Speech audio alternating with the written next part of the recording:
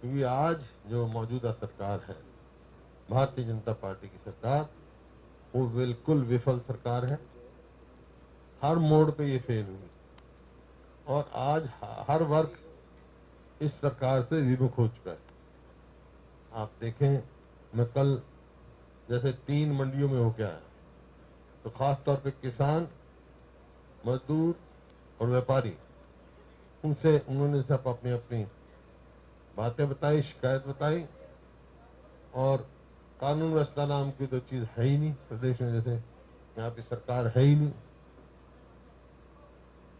अब जो 3 अध्यादेश थे दिए इनने, उसके विरोध में बहुत भारी रोष हरियाणा में, क्योंकि ये उनका, उनसे किसान का बड़ा भारी नुकसान होने जा रहा है, आड़तियों का भी नुकसान होने जा रहा है और मजदूरों का भी, क्योंकि फ्री मूवमेंट कर दी गई।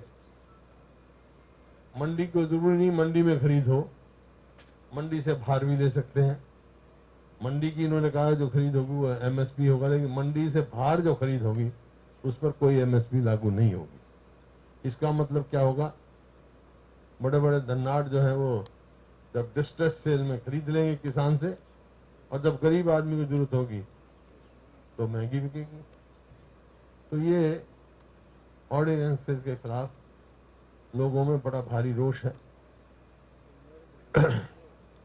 उसको देखते हुए 10 तारीख को पीपली में शांति प्रिय ढंग से जो किसान प्रदर्शन कर रहे थे, उनके ऊपर लाठीचार्ज हुआ।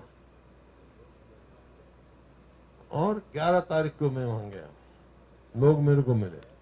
उसके बाद विरोधाभास बयान आया, इनके ही एक पार्टी के अध्यक्ष आया कि बहुत जाति हुई वहां। एक इनका सहयोगी दल वाले उसने उसने दिया, उसने कहा, निंदा करी और कहा एक्शन होना चाहिए। एक मंत्री ने कहा लाठीचार्ज ही नहीं हुआ, तब किस बात पे यकीन की जाए। तो मैंने वहां पत्रकारों से पूछा, भाई यकीन तो सिर्फ आंखों पे है आप? वो बोले जी हम तो स्वयं देखा है लाठीचार्ज हुए हैं। तो उसको देखते हुए हमने मांग की है कि सिटिंग जज द्वारा इसकी जांच हो कि लाठीचार्ज हुआ, जितने मुकदमे बने हुए किसानों पर वो तुरंत वापस किए जाए और इसको, अध्यादेश को हम हरियाणा पे थोपने नहीं देंगे, क्योंकि ये एग्रीकल्चर जो है वो स्टेट सब्जेक्ट है। और इसी को लेकर हमने जो विधानसभा का स्तर था उसमें एडजॉर्नमेंट मोशन दिए थे कि भाई इसको लागू नहीं करना चाहिए। आज ही स्पीकर साहब के पास हमने रेजोल्यूशन भेज दिया है इसको निरस्त करने के लिए, हरियाणा में ना लागू होने के लिए। और कल सवेरे 11:30 बजे हमारी गवर्नर साहब के यहाँ मुलाकात है, वहां हम उनसे आग्रह करेंगे कि विशेष अधिवेशन बुलाया जाए और ये जब तक असेंबली में इसके डिस्कशन ना हो, ये ऑर्डिनेंसेस का यहाँ को मतलब विरोधाभास इतना है। एक तरफ तो ये कहता है ये ऑर्डिनेंस जो है किसान के हित में है, दूसरी तरफ मेरी फसल मेरा ब्यौरा। ऑर्डिनेंस में क्या है, ऑर्डिनेंस तो किसी स्टेट में किसी में जा सकते हैं, मेरी फसल मेरा ब्यौरा में तो आप बाहर नहीं जा सकते या बाहर का इधर नहीं आ सकता। आपस में कंट्राडिक्शन है, सेंटर और स्टेट में भी। उसका क्या औचित्य रह गया मेरी फसल मेरे ब्यौरा का? तो ये दिशाहीन सरकार, डायरेक्शनलेस, इनको मालूम नहीं है क्या है। तो इसका विरोध है और इसका पूरा, इसके ऊपर हम मूवमेंट पूरी चलाएंगे। कांग्रेस पार्टी एकजुट होकर इस सरकार को जो है चलता करने का काम करेंगे, लड़ाई लड़ेंगे, मूवमेंट करेंगे। आप देख रहे हैं ये जेजेपी के एमएलए रोज अलग आ रहे हैं, अलग अलग उनकी बोली हो रही है। तो सरकार तो बिल्कुल नाकामयाब सरकार है, विफल सरकार है। आज लोग चाहते हैं कि कांग्रेस लीड ले, कांग्रेस आगे आए।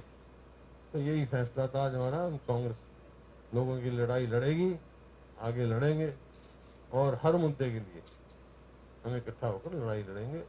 और विवेक जी ने सबसे बात की है, संगठन हमारा बनेगा, है तो काफी डिफिकल्ट काम ये, क्योंकि भर्ती के वो भी नहीं है आपके पास, तो भर्ती ही नहीं है।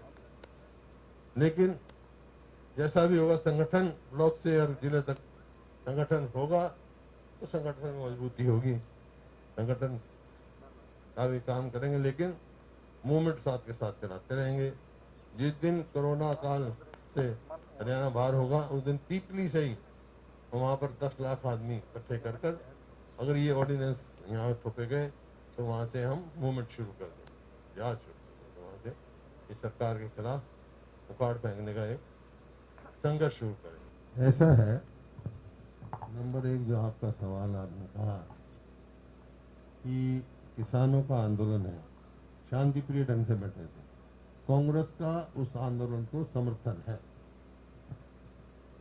कांग्रेस स्पॉन्सर्ड नहीं है, ये समर्थन है खुदा, क्योंकि कांग्रेस भी ये महसूस करती है कि ये ऑर्डिनेंस गलत है। दूसरा क्या कहा आपने?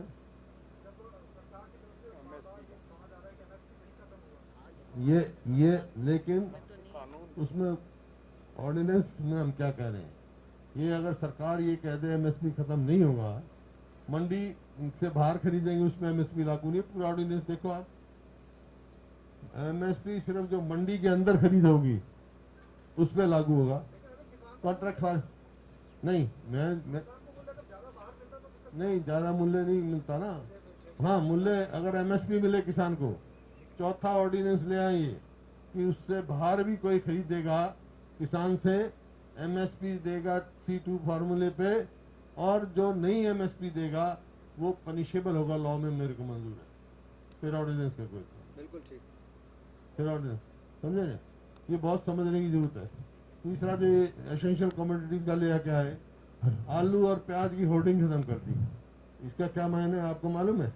कल से ही किसान का तो हो गया ना, आजादपुर मंडी में 200 रुपए क्विंटल कल ही टूट गया भाव। अब किसान का जब देने का टाइम आता है डिस्ट्रेस सेल में जाता है, पेरिशेबल आइटम है तो बेचारे को बेचना पड़ेगा, होल्डर जो है वो बना लेगा अपना। तो ये हाँ, निर्यात बंद नहीं कर दिया, निर्यात भी होर्डिंग बंद कर दिया उसका तो। होर्डिंग कॉन्ट्रैक्ट फार्मिंग का ये है कि कॉन्ट्रैक्ट फार्मिंग में एक आदमी कॉन्ट्रैक्टर है, फार्मर है, छोटे किसान है, वो तो एक अपनी जमीन मजदूर बन के रह जाएंगे, कॉन्ट्रैक्ट हो जाता है और कॉन्ट्रैक्टर को लॉस होता है। तो उसकी क्वालिटी पे, जैसे गुजरात में हुआ था पेप्सी में, ऐसा ही हुआ था, क्वालिटी रिजेक्ट कर देता है। तो किसान कहाँ जाएगा? कोर्ट में नहीं जा सकता, he will go to SDM, he will go to deputy commissioner, उसको जस्टिस मिलना ही नहीं है। बस सही बात। तो दिस इज ऑल्सो ये है किस तरीके से थालियां पिटवाई गई, किस तरीके से रोशनियां की साहब, घरों को रोशन करो, सबने बड़े बड़े, मतलब चाहे वो शिक्षित लोग हों, चाहे जिनकी विज्ञान में आस्था हो, कहीं ना कहीं नेहरू जी की आत्मा तड़पड़ाई होगी, जिन्होंने एक साइंटिफिक टेम्पर की बात की थी डायरेक्टिव प्रिंसिपल्स में, जो खुद एक साइंटिफिक टेम्पर एटीट्यूड की बात करते रहे सदैव, कि इसको लेके कहा गया कि साहब कोरोना बिल्कुल विलुप्त हो जाएगा 18 दिन में। चूंकि ये कृष्ण जी की जन्मभूमि है और मैं भी कृष्ण जी की जन्मभूमि से आता हूं, तो महाभारत का भी उल्लेख कर दिया गया कि 18 दिन में महाभारत समाप्त हुई थी, 21 दिन में कोरोना समाप्त हो गया, और कोरोना का 6वां 7वां महीना है। और जिस तेजी से उछाल कोरोना ने किया हुआ है, लिया हुआ है, और इस कुप्रबंधन का दुष्परिणाम ये हो रहा है कि आर्थिक आपकी जो ग्रोथ है, जीडीपी सबके सामने 23% है, जो कि ऑर्गेनाइज सेक्टर की है। असंगठित को अगर मिला लें 29, और बेरोजगारी एक हस्प्रत से आंकड़े आते हैं। लॉकडाउन के पश्चात ये कहा गया कि 28% हो गया है बेरोजगारी, और फिर तुरंत ही बाद जब लॉकडाउन हटा तो ये कहा गया कि फिर अब 8% पे बेरोजगारी आ गई। मुझे नहीं समझ में आया। आप एक तरफ तो आपका जो जीडीपी ग्रोथ है आपका 23%, हाँ, तो वो वास्तविकता तो यही है, वास्तविकता यही है। पर चूंकि ये सरकार छलावे की सरकार है, भ्रमित किया ना लोगों को, हमेशा भ्रमित किया है। नोटबंदी को लेके एक तुगलकी फरमान जारी कर दिया गया, और हम ये हृदय से साधुवाद देना चाहेंगे और धन्यवाद देना चाहेंगे आदरणीय राहुल गांधी जी को, और जनता को कृतज्ञ होना चाहिए उनका कि इन्होंने इनकी सरकार की जितनी भी कुरीतियां नीतियां थी उनको उजागर किया, चाहे वो नोटबंदी की हो। उन्होंने पहले से पहले कहा था कि इसका दुष्परिणाम आपकी जीडीपी ग्रोथ पे होगा, काला धन कितना वापस आया ये आप सबको मालूम है। जीएसटी के दुष्परिणामों को लेकर उन्होंने कहा चाइना को लेकर। कैसे ताज्जुब होता है, इस देश का जो सबसे ज्यादा जिम्मेदार और सर्वोच्च पद है, उस पद पर आसीन व्यक्ति ये कह दे कि हमारे देश की 1 भी इंच जमीन पे कब्जा नहीं हुआ, और उसके अगले दिन विदेश मंत्रालय का प्रवक्ता ये कहता है कि चीन 2 किलोमीटर पीछे हट गया है या 1 किलोमीटर पीछे हट गया है। आज भी हमारे वो कब्जे पे, आज भी वो हमारी जमीन के कब्जे पे है। और शायद अगर पाकिस्तान ने ऐसा किया होता तो बड़े बड़े इस समय तक तो वो उन्होंने क्या से क्या नहीं भाषण दे दिया, इस समय बिल्कुल चुप्पी साधे हुए हैं, उस पर कोई नहीं। कहीं ना कहीं आप ये देखिए डोकलाम कब हुआ था, डोकलाम से इन्हें चेतना नहीं चाहिए था क्या, सचेत नहीं रहना चाहिए था। ये पूरा जो बॉर्डर है कहीं ना कहीं उन्होंने करते रहे और हम सोते रहे, क्योंकि वो झूला झूल रहे थे शिपिंग के साथ, चाइना जा रहे थे, उनकी प्रशंसा पूरा तमाम महिमा मंडित कर रहे थे। ये सब चीजें हमारे प्रधानमंत्री जी ने और देश की जनता को, और राहुल गांधी जी ने ये बार बार कहा, तो उन पर प्रहार किया जाने लगा कि साहब राष्ट्रभक्त नहीं है, कि तरह तरह की बात जो माफ कीजिएगा उनके भक्त जो करते हैं, जो सोशल मीडिया के माध्यम से दुष्प्रचार होता है, इस तरीके की बातें आई तो सब सत्य साबित हुई। इसका कहीं ना कहीं आप लोगों की भी जिम्मेदारी होती है कि निष्पक्ष होकर आप भी इस बात पर कि क्या उन्होंने सही कहा नहीं कहा, कहां छलावा हुआ, कहां इनकी विफलताएं रही हैं। अनेक मैं आपसे ही सवाल पूछना चाहता हूं, क्या अच्छे दिन आ गए? जिसका सबसे ज्यादा इन्होंने नारा दिया था अच्छे दिन आएंगे, किसी भी व्यक्ति से पूछ लीजिए, अच्छे दिन। समाज में विद्वेष है, सिर्फ और सिर्फ सांप्रदायिकता के नाम पे कोई बात हो जाए तो पाकिस्तान आ जाता है, मुसलमान आ जाता है, जनता का ध्यान हटाने के लिए। तो आज ये सब इतने मुद्दे हैं और ये हम लोगों का दायित्व, नैतिक दायित्व हो जाता है, जहां हमारा नेता शीर्ष इन सब चीजों की आलोचना कराए कि हम लोग सड़कों पर आए अपने साथियों के साथ। और माफ कीजिएगा यहाँ का नेतृत्व भी बहुत मजबूत है हरियाणा कांग्रेस का, और हरियाणा का जो कांग्रेस का आम कार्यकर्ता है न सिर्फ संघर्षशील है बल्कि आस्था से परिपूर्ण है कांग्रेस की नीतियों के लिए। नीति जो एक परपाटी है, कांग्रेस की परपाटी इस देश की परपाटी या विरासत से अलग नहीं है, इस देश के भविष्य से अलग नहीं है। हम अगर कोई बात करते हैं, हमारा नेतृत्व कोई बात करता है, तो देश के एक व्यापक दृष्टिकोण को समक्ष रखते हुए कि इसका दूरगामी परिणाम क्या होगा, फौरी राजनीतिक परिणाम न सोचते हुए बल्कि दूरगामी परिणाम की देश की अस्मिता पर उसका क्या असर होगा, ये फैसले हम लेते हैं। ये फर्क है कांग्रेस पार्टी और अन्य राजनीतिक दलों में, जो अपने निहित स्वार्थों की बात करती हैं, सत्ता की सिर्फ बात करती हैं।